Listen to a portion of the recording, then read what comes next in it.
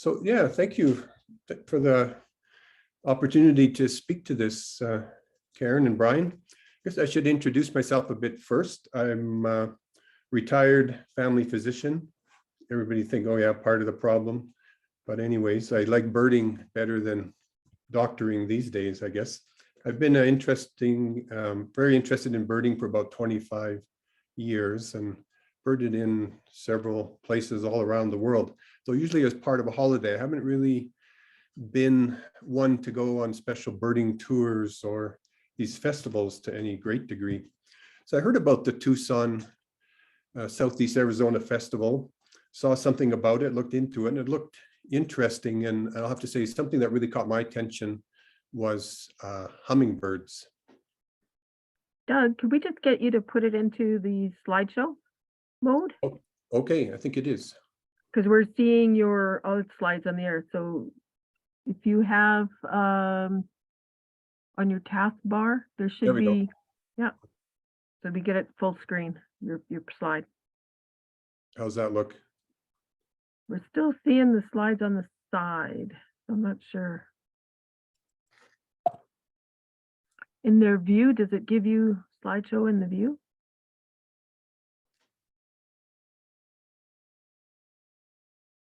What are you seeing now? I know, okay. You know, I'll log in again. There we go. Good. Okay. Maybe I'll just leave it like that and not touch anything. And yes, I'd heard about it, but yeah, people say you go into Tucson in August, but it turned out to be a very good festival, and I thought it'd be worth sharing some of the details about it. So let's see how we move on here. Okay. So my brother joined me. I think he signed in here. He lives in San Diego, California. So for him, it was a drive east to get, and we met in Tucson, and there us in the lobby. And I was looking at this picture. It said there's two birds that we didn't see yet, the elegant trogon in the top, and the Montezuma quail in the bottom. So we'll have to get back there. There's some details of the festival itself, or the club. Is that cut off at the top for you like it is for me? Maybe I can move that taskbar down. Okay. I think we're good. Okay. So it's, the Tucson, the Audubon Society, I know it's a national Audubon Society, but there's also local ones, and they're not necessarily connected. But anyways, the Tucson Audubon Society has over 3,000 members and an annual budget of $3 million. I looked into that. They get about $1 million in grants, $1 million in memberships and donations, and then another $1 million in various things, sales through their gift shop and some of the profit from this festival. So they're quite a very big operation. They, besides the festival, they offer, as seen on their website, 150 non-festival field trips each year in the Tucson area. So the birding festival itself had over 750 people registered. There's 100 volunteers, or more than 100 volunteers, so very big volunteer base. There's 40 exhibitors, 22 sponsors. There was a total of 96 field trips, and the field trips are really varied. They're available really for all abilities or disabilities, any birding experience, focusing on photography or focusing on certain very rare species.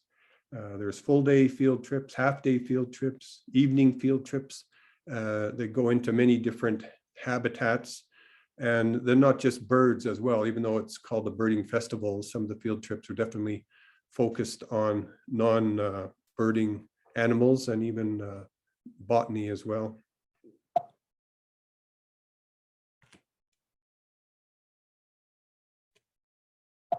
Okay, just trying to advance this somehow. There we go. Just some pictures inside the festival itself. The volunteers all had their identifying T-shirts and lanyards, and there was some nice displays from some of those top names, Swarovski, Zeiss, those optic companies, and one good thing is they would let you borrow some of their equipment for the day. And one day I borrowed a beautiful pair of Swarovski binoculars and didn't get hooked enough to buy them, but they're sure nice to use. So one reason to go to Tucson is that it's their monsoon, or what they call their monsoon season in July and August. At this time, they get a lot of thunderstorms or rain that comes in somehow. And it's even quite different from Arizona or from Phoenix. Here's a picture of clouds developing looking north out of Tucson towards Mount Lemmon, and that's someplace we birded later, but this is a pretty typical picture in July and August in Tucson. And here's just some, don't want to get too scientific, but here's some little dated but monthly precipitation for Phoenix. You can see April, May, and June is very dry, and the rest of the year they're lucky to get an inch a month. And here's the difference in Tucson, very dry in April, May, and June as well, but in July and August and even September, over 2 inches of rain a month, which doesn't sound like much, but as we saw later on a field trip, it doesn't take much to really activate desert wildlife. This is a picture from up on Mount Lemmon, looking back towards Tucson, again in an afternoon with a lot of cloud action around there. And the other thing about Tucson, and this has to do with the Sierra Madre Mountains, this map borrowed from Wikipedia, showing what they call the Madre, and that's named after the Sierra Madre pine oak woodlands. So the mountains in Mexico have a mixture of pine oak woodlands at most altitudes. But as you get up, as you see into southeast Arizona, the Sierra Madre kind of peters out, and the mountains become isolated, or what they call sky islands. So Sky Island is where you have a mountain, but surrounded by radically different ecosystem, which in this case would be sort of dry, flat desert between these isolated mountain areas. And so in these mountain areas in Mexico and then into Arizona, you get these very specific pine oak woodlands, which have a large number of birds and other wildlife associated with them. So in a way, in Tucson, it's like birding in Mexico without going to Mexico. And many of the birds, and most of the birds I'll be showing you in photos here, are often found only in this area of America anyways, and with most of their range into Mexico and Central America. This is for the festival, they put together all the eBird. Every field trip, the guide made an eBird report and included us in it if we're eBirders. So this just shows Tucson in the middle here under the larger area, up at the top Phoenix, and Tucson's really not that far from Phoenix, which is good because from Edmonton you can't fly straight to Tucson, but you can go to Phoenix. The Sky Islands are more the lower part, right close to the Mexican border, and the upper areas are more the desert areas.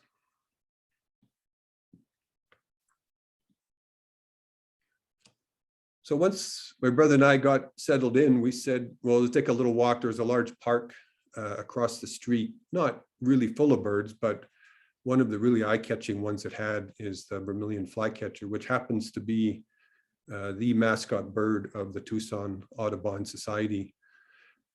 You see two Vermilion flycatchers in California and maybe Texas along the southwest states, but an extensive range going all the way down well into Central America. The males are, as you can see, an outstanding red. The females, I'll click to one here, are not fairly dull bird, a little bit of orange or buff on the sides. And the other bird we saw around there, we managed to find a Cooper's hawk hiding in a bush of this urban park. So the first day, we were on an all-day tour starting very early. And the first part of it, we went up to the Carr Canyon, which is on a specific mountain range very close to the Mexican border. And then in the same area, the Ash Canyon Bird Sanctuary. This is heading out at 5 in the morning, even before sunrise. We're heading basically southeast towards this area. Oh, even got a video there working.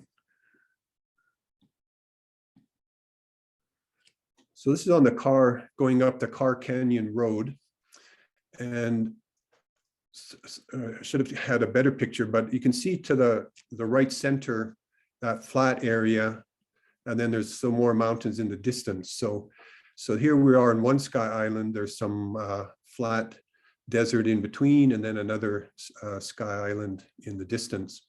And this is all rather high. Tucson itself, I think, is at a fairly good altitude, 600 meters or so. What we're looking at here at the desert is up around over 1,000 meters high. And then going up this road, we ended up at least 7,000 feet and maybe higher. And it was a rough road too. So this first place we stopped. You can see the sun's just rising. Our van to the left. We met up with some. We had a guide with us from the festival, and there also was a guide associated with the park or the natural area that this was. At this level, it's mostly oaks. These trees we're seeing are mostly the oaks of this habitat. A little higher up, we'll get some pines. So one of the first birds we saw was a sulfur-bellied flycatcher at the campground. Large-sized flycatcher, distinctive stripes and an eye stripe. I'll show you this is a map of the range of the sulfur-bellied flycatcher, and you can see that it matches the extent of the Sierra Madre Mountains pretty much exactly. So this is a bird of that pine oak woodlands. Almost all of its range is in Mexico and Central America, and just a little bit that comes into southeast Arizona. And I won't show you the ranges of most of these other birds because they're all pretty much the same. Or if I say it has that typical southeast Arizona range, this is what I'm talking about. A canyon towhee, sort of in the towhee sparrow family. Pretty dull bird, though, shows a bit of color on the tail and the wings. Mexican jays, again, just found in this area of Arizona. Like a lot of corvids, keep together in family groups and noisy and get around. Acorn woodpeckers, pretty ubiquitous, and that's a bird you'll see also across the southwest. This one's on an oak tree. And some interesting things about the acorn woodpecker. They're quite colonial, sort of they're in groups. The year-old birds help raise the youngest ones, so they stick in family groups. When there are acorns available, they put them in what's called silo trees like this. They drill holes in the bark or the wood and then pound in these acorns and then feed on them in the other parts of the year. Turkey vultures are pretty ubiquitous around this area, like many places further south of us. And then further up at pretty much at the top of the road, we were at what's called a reef mine town site. So there used to be a mine here, there used to be a town. So it's a rather flat area, which made it nice considering we were at a quite high altitude here. And you can see the oak in the foreground, some pines in the background. So it's a very typical pine oak Madrean forest that we're looking at here. You can see the optics and the cameras, and we're probably looking at one of these birds. I'll show you a picture here. We had lunch up here too, and sort of walked around, and some not a lot of birds here, but considering the altitude and the habitat, you get some very specific species that we were looking for and did find them. This is looking up from where we were, and you can see there's not much in the way of trees even above this altitude. It becomes somewhat bushy. And I know in these Sky Islands have some different zones, and so that probably represents the change from one zone to another. Another picture of us birding around, and yeah, I think of a very large pine tree on the side there. Okay, let's get to some birds. A paddock tanager was a bird we saw up there, which is obviously related to a summer tanager and those ones, but found in the southern states and down into far into Mexico, I believe. Yellow-eyed junco, very typical bird of this area, and you can see the ground cover itself is mostly pine needles and oak leaves. Not the greatest picture, but you can see, if you looked at that, around here, you might think it's a blue-headed vireo, but it's a closely related Plumbeus vireo. Plumbeus referring to its lead coloring. Typical white eye ring and white line going to the bill that the vireos have. And that's another picture kind of looking straight up at a Plumbeus, maybe the same one, maybe a different one. The Virginia's warbler, it's very typical warbler of this habitat as well, and found really only in a limited area of the Southwest, maybe not specifically Southeast Arizona, but around there, you'd have to be in this kind of habitat to see it. So we were happy to see that one. That was a good lifer. And another specific warbler in this habitat, the Grace's warbler, maybe even more, as it has a range much like we saw with the sulfur-bellied flycatcher, barely makes it into Arizona, and with the biggest extent of its range into Mexico. We're not the best picture. I'll have a better picture later at another when we went up Mount Lemmon. And after that, we went back down and to the Ash Canyon Bird Sanctuary, and that was pretty much at the flat area in the desert. So it was more or less a desert bird sanctuary.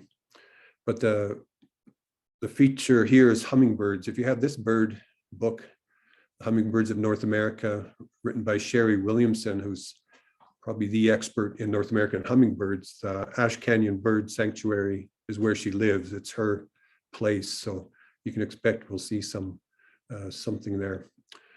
Show some pictures of so this is kind of the sanctuary itself. If you're in Tucson and you're thinking of going, you have to reserve a spot. They're very limited parking and maybe limited seating as well. So you can't just kind of show up and come in. It's kind of regulated. But you see there's dozens of feeders, benches, and people would sit, watch the different feeders. And then every feeder is numbered. So if you're waiting for something particularly rare, like we were, you might say, plain-capped star-throat at number 6, or blue-throated mountain gem at number 5, and everybody take a look or run over. So some of the birds there were, some of them might be familiar to us, like calliope hummingbird, migrating. I think that would be a migrant down there. And another, I think that's a calliope. I know some of these hummingbirds are a little difficult, so if somebody can correct me on some of my identification, it would be welcome. But then some of the hummingbirds, like this broad-billed hummingbird, are really magnificent colors, and you really could spend a lot of time looking at these. The broad-billed specifically has this, the base of the bill, not always as much as this one, but reddish orange at the base of the bill, and contrasting with the blue, the dark and light blues. I really enjoyed photographing these hummingbirds, and there was enough natural perches that you could just wait for them to land on some of the natural vegetation rather than a picture on a feeder.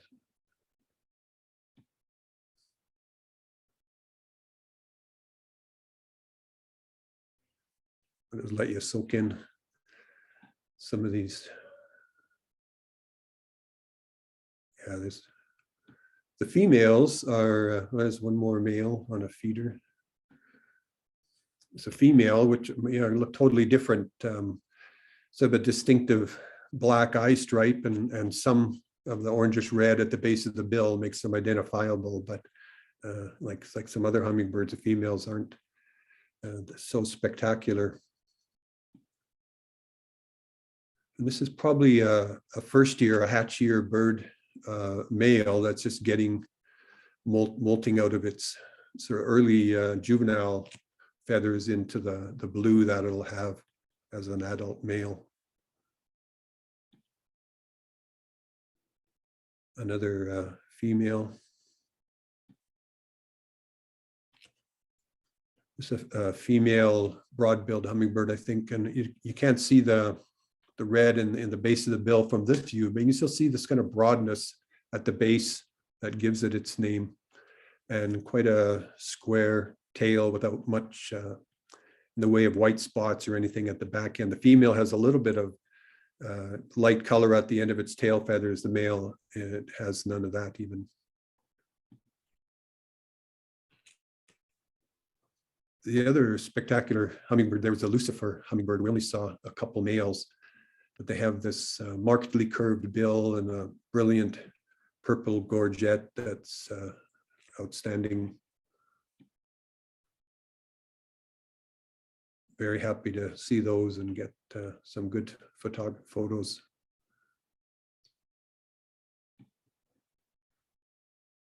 This is probably Anna's or a Rufus with those orange colors in the base of the tail, a female, just to show that view. This one you might not know what it is looking this way, but then when it turns its head, you can see the colors top and bottom. I think this is an Anna's hummingbird, sort of, which has a wider range up the West Coast, even into British Columbia as well.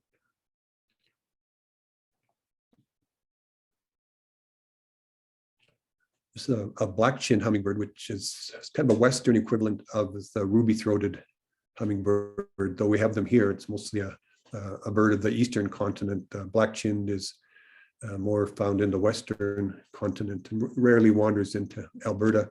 Looks much like the ruby-throated, the head on the female like this, a little grayer, not as green as you might expect with a ruby-throated. And there's some slight difference in the length of the wings compared to the tail. I forget if it's one way or the other. It's another nice picture of, not even sure what this one is, but another juvenile showing one type to the other, maybe a Rufus or something, but with those sort of light colored fringes on the green feathers. And there was one hummingbird that we were sort of waiting to see. It had been reported there, and not even a regular there, called a plain cap starthroat. And it just showed up at the last, maybe just minutes before we had to leave, sort of fed for 30 seconds and took off again as I managed to. It's quite a large hummingbird, has a red throat, black and white stripes on the side of the face. And again, like other birds, rarely, even in Southeast Arizona, would be considered a rarity, and with almost all of its range into Mexico and Central America. An inevitable issue driving around there is border patrols and check stops looking for migrants, illegal migrants. So we had nothing to worry about, but it's an interesting wrinkle in Southeast Arizona. And then in the evening, we went to Sabino Canyon, which is a recreation area just north of Tucson, right on the edge of Tucson. And with the guides on this night, were particularly interested in scorpions. So we were leaving right around sunset, and particularly once it got a little darker, we'd be looking for scorpions with ultraviolet lights. And we are heading basically east, I believe, and we stayed on a fairly flat area. We're in the Sonoran Desert with saguaro cactuses around. And that's where I saw a roadrunner, my first roadrunner. So that was nice. As you see, the next evening we went to Sabino Canyon again, and there was a roadrunner running around the parking lot. So it didn't seem so special the second time. Another desert bird of that area, the rufous-winged sparrow.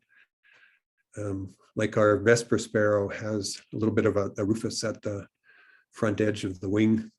It's nice to see those. They're generally only found in these desert areas.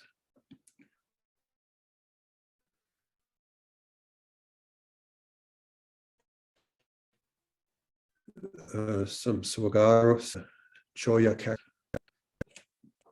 Gila woodpecker. There's two kind of woodpeckers down in that area, the Gila woodpecker and the ladder-backed woodpecker. And the woodpeckers have an important role for other birds in that they make nest holes in the saguaros. And then those nest holes are used by several other species, pretty much like our woodpeckers here in the aspens.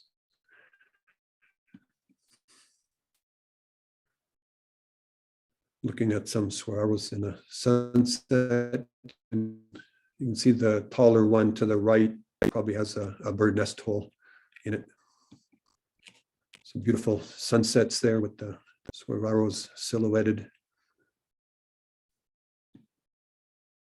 Now I thought this is interesting. The range of the saguaro cactus is really just into Arizona and that part of Mexico. So, sort of iconic of the Southwest in some ways, it's actually quite a limited range.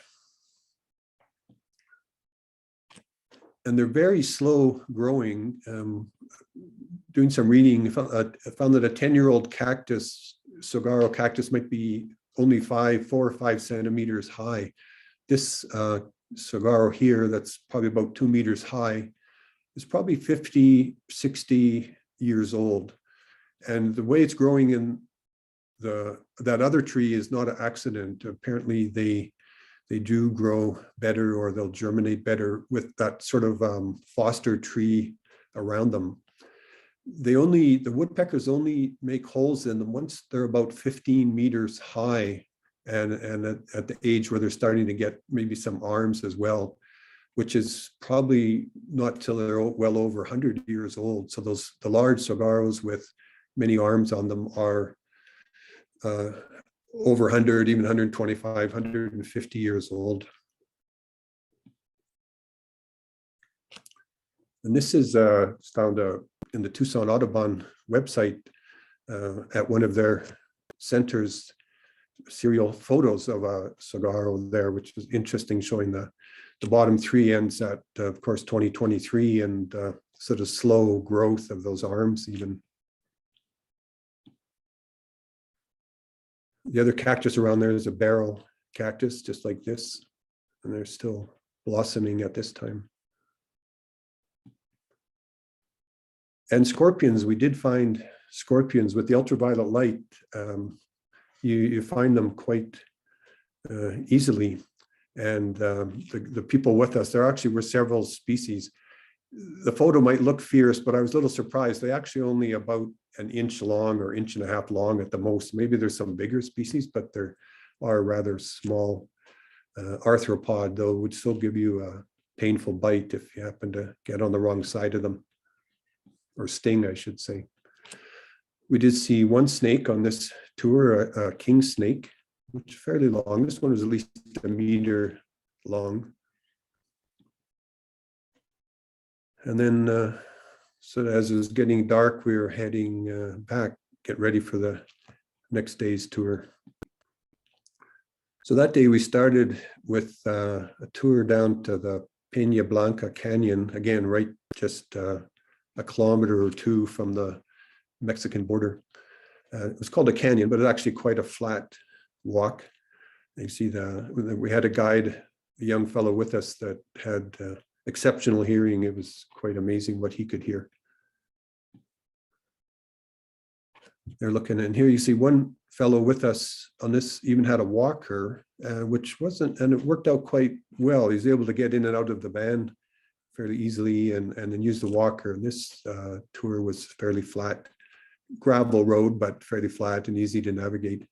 The van in the background is a nice Mercedes camper van. That wasn't the van of our tour. In fact, it was a van of this lady who had spent a night there with ultraviolet light and a white sheet and was looking at moths or collecting moths. There's a close-up of one of them. I think some kind of sphinx moth, but obviously she had numerous species. And by the time we were getting by, she was just letting the thrashers and lizards come and eat them off her sheet. A little better picture of a canyon towhee. You can see the colors on it somewhat better. A Pina Blanca. Saw some lark sparrows there, which very striking sparrow with the black and white facial markings.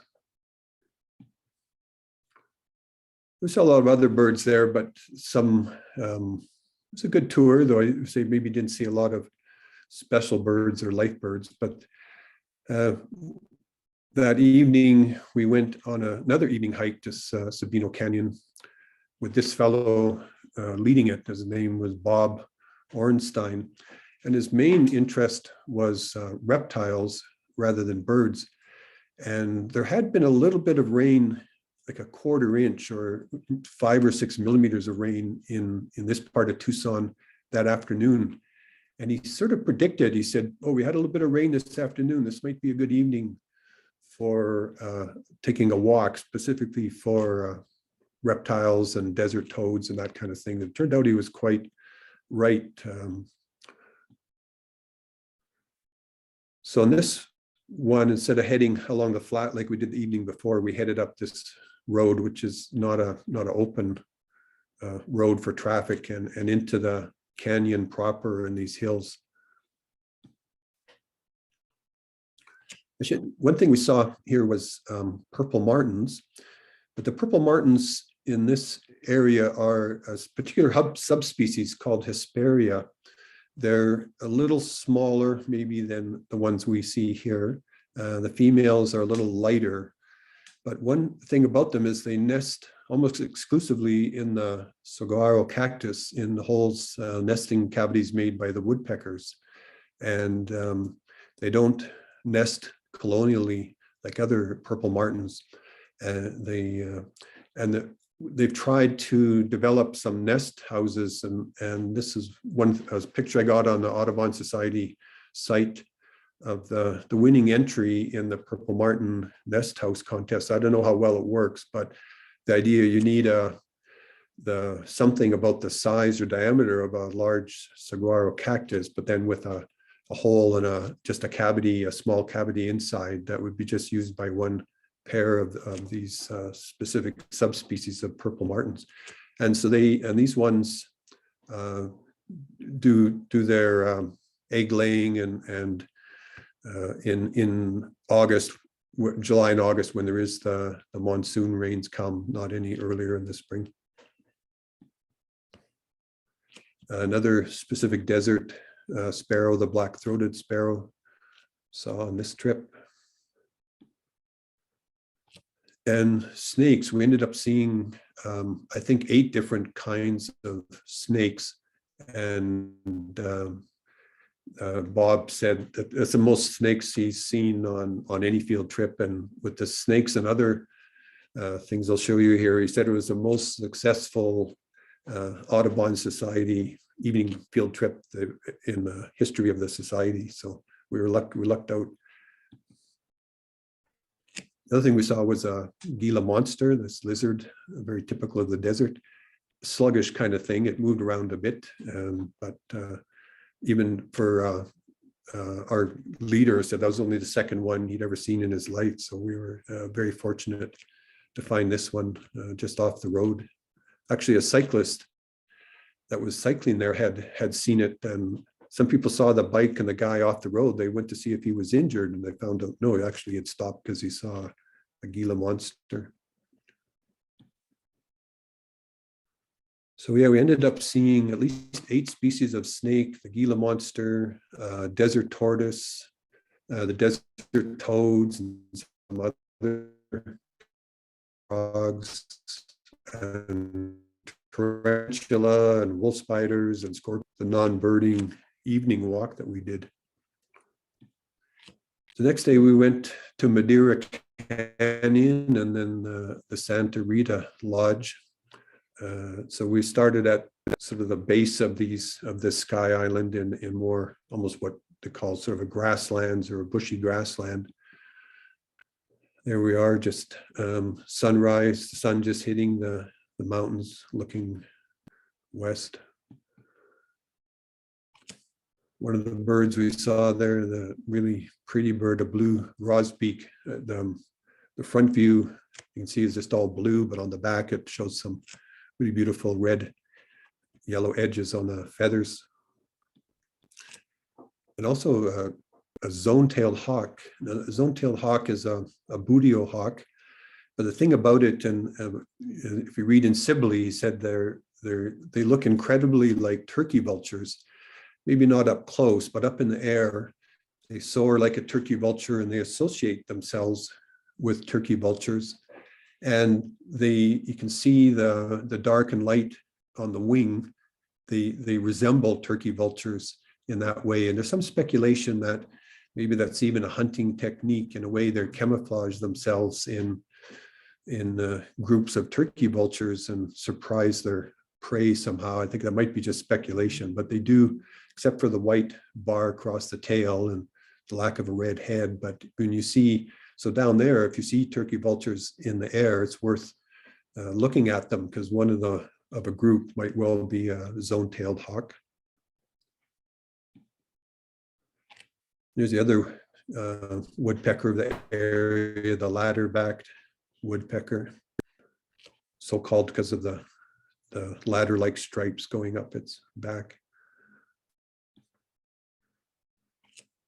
And then we went on to the Santa Rita Lodge. So this is somewhat like the Ash Canyon Bird Sanctuary, a place with a small parking lot, lots of feeders, and but this one was in the mountains, so a little different habitat. We're getting the birds of the sky islands of the mountain areas, not the desert birds. There were some hummingbirds here, and there was one particular one that we were looking for, and we're lucky to see. This is not that particular one. This is more of the broad-billed. You can see with the orange base on the bill. This is probably sort of a first year or a year-old male, looking kind of scruffy. Here's a female, looking funny when they sit. They can have that squat shape that hummingbirds get that looks so totally different than they do when they're flying. Another broad-billed at a flower. So that you can see this probably male, broad-billed, and on the tails totally black without any light edges on the tail feathers like the female has. This is one we came to see, and again, we're lucky to see it. It came maybe just once.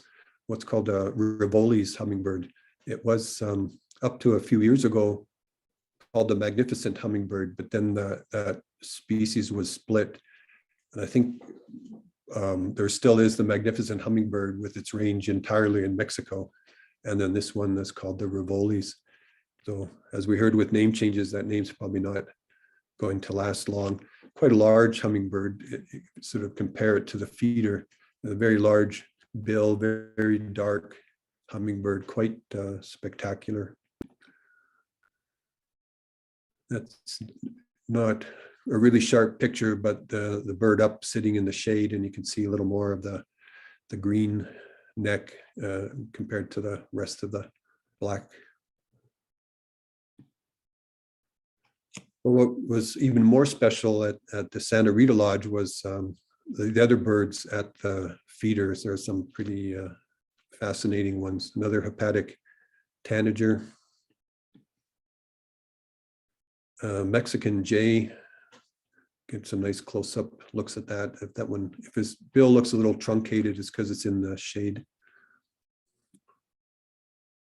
More acorn woodpeckers, and obviously they'll eat anything else besides acorns like other woodpeckers.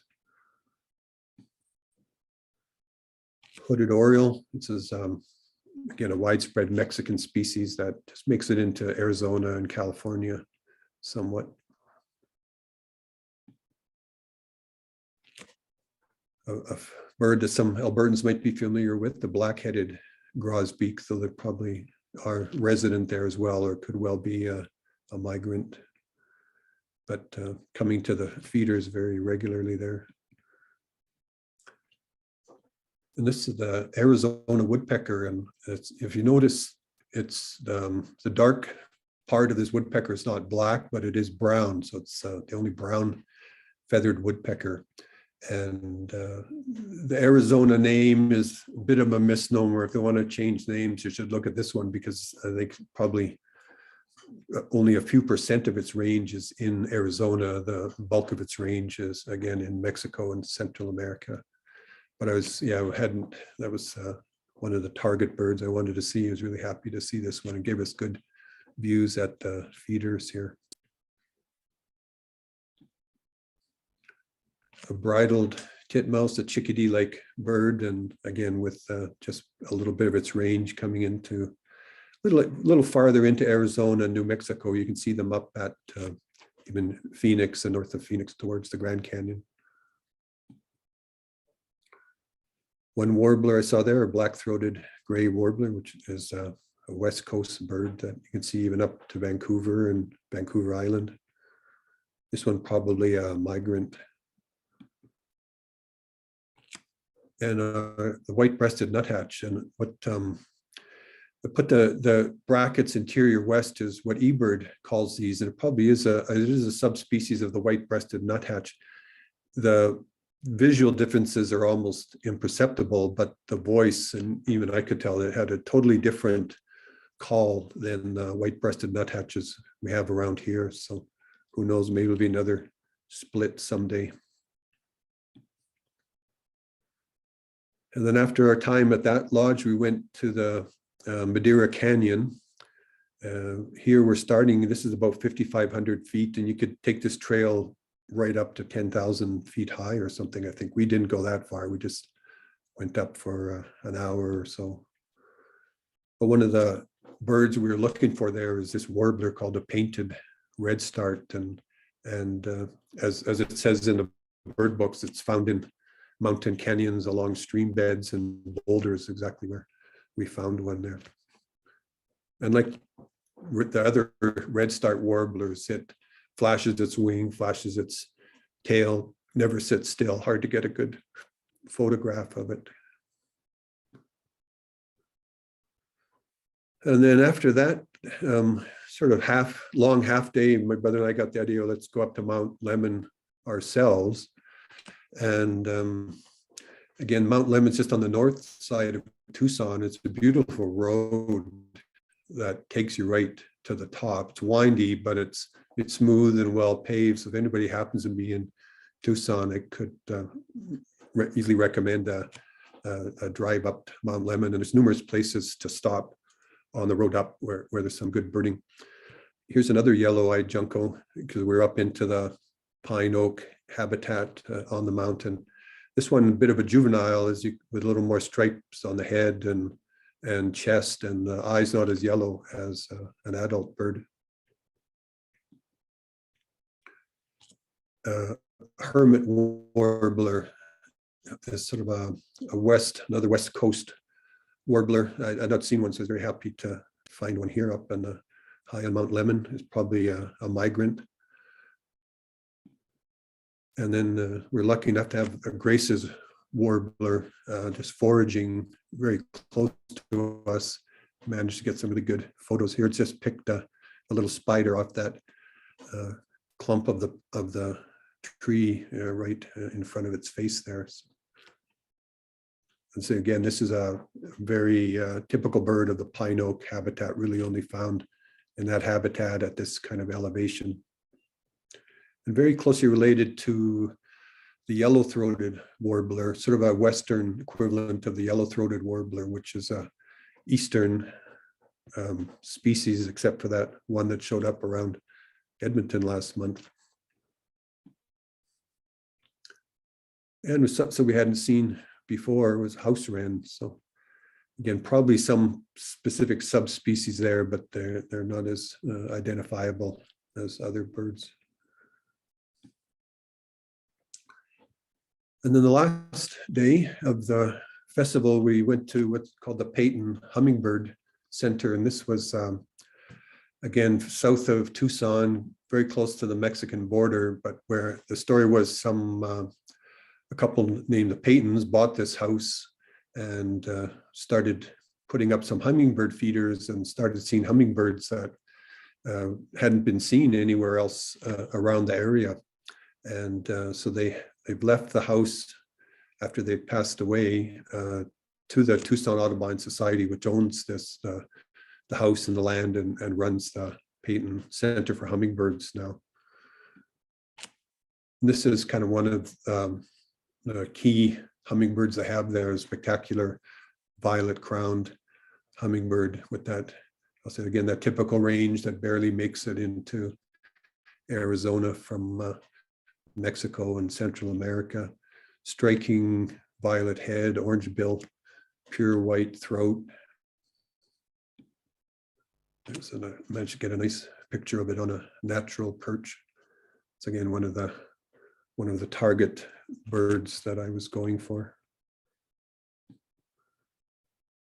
And then there was a fellow there that set up a hummingbird photography setup for us and gave a lot of tips on photographing hummingbirds, which is obviously sort of a passion of his. So I forget his name, but he's part of the Tucson Audubon Society.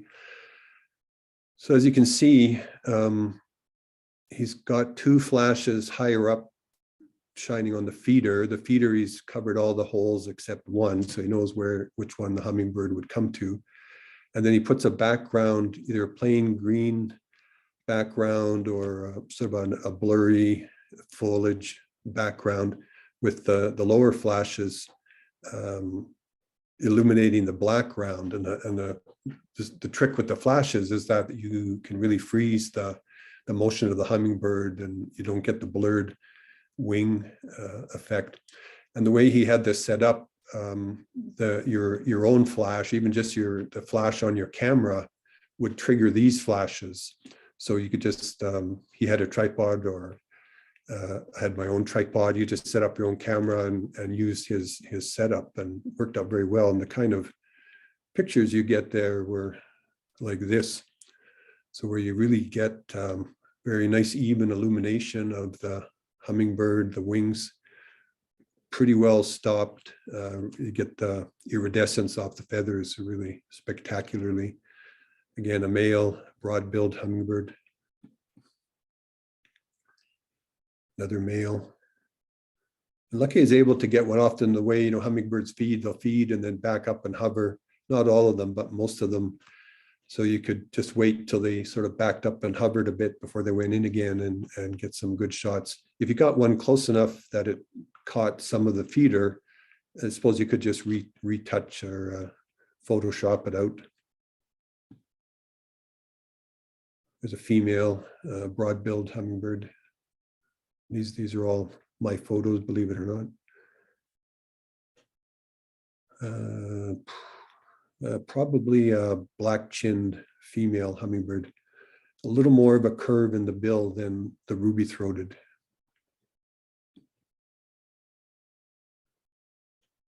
I'm going to say a rufous hummingbird.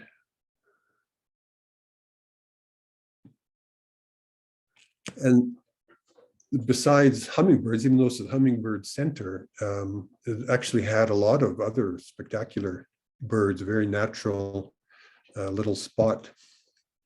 Lesser goldfinches were really common. We've seen those in most of the other places we went to. They're pretty common in most sites there, as of course they're closely related to the American goldfinches we get around here.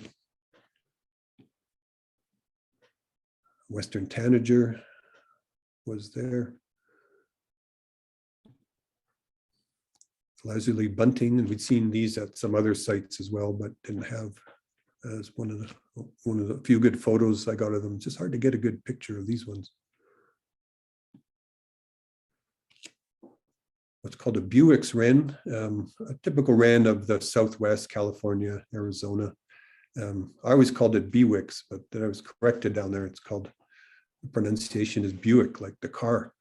And I guess that problem will be solved again when they get a new name for it. But it's a common neighborhood bird if you're in Arizona or California. With a once you know their call, you kind of realize they're everywhere. There's a couple special warblers down in this area. There's one called a Lucy's warbler. Pretty plain Jane kind of warbler. I think this one might be a younger one. The adults might show a bit of a red on the head, like same like a kingbird or something, but the cinnamon orangish color rump that you see peeking out there is identifying mark. And so that was another one I was very pleased to find, a Lucy's warbler. And the other ones, the other warbler at this place was the yellow-breasted chat, and they were everywhere on this property. They're old, or obviously adults and younger ones, and they were foraging and feeding the young ones and singing. And I had not seen a yellow-breasted chat before in Alberta or anywhere, so I was very happy to see these and get some pretty good photos, I thought. There's another yellow-breasted chat with some food. Another one with a bunch of something ready to feed one of the youngsters that was around there.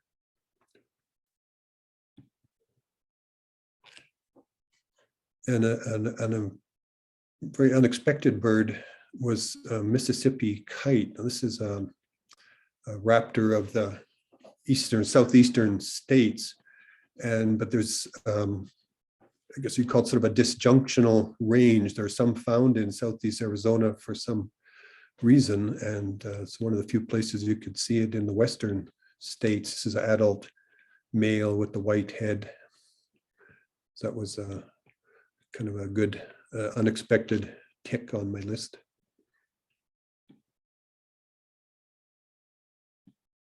And there's another picture of the kite. They were just overhead. We didn't see them perched anywhere, but at least able to get some shots.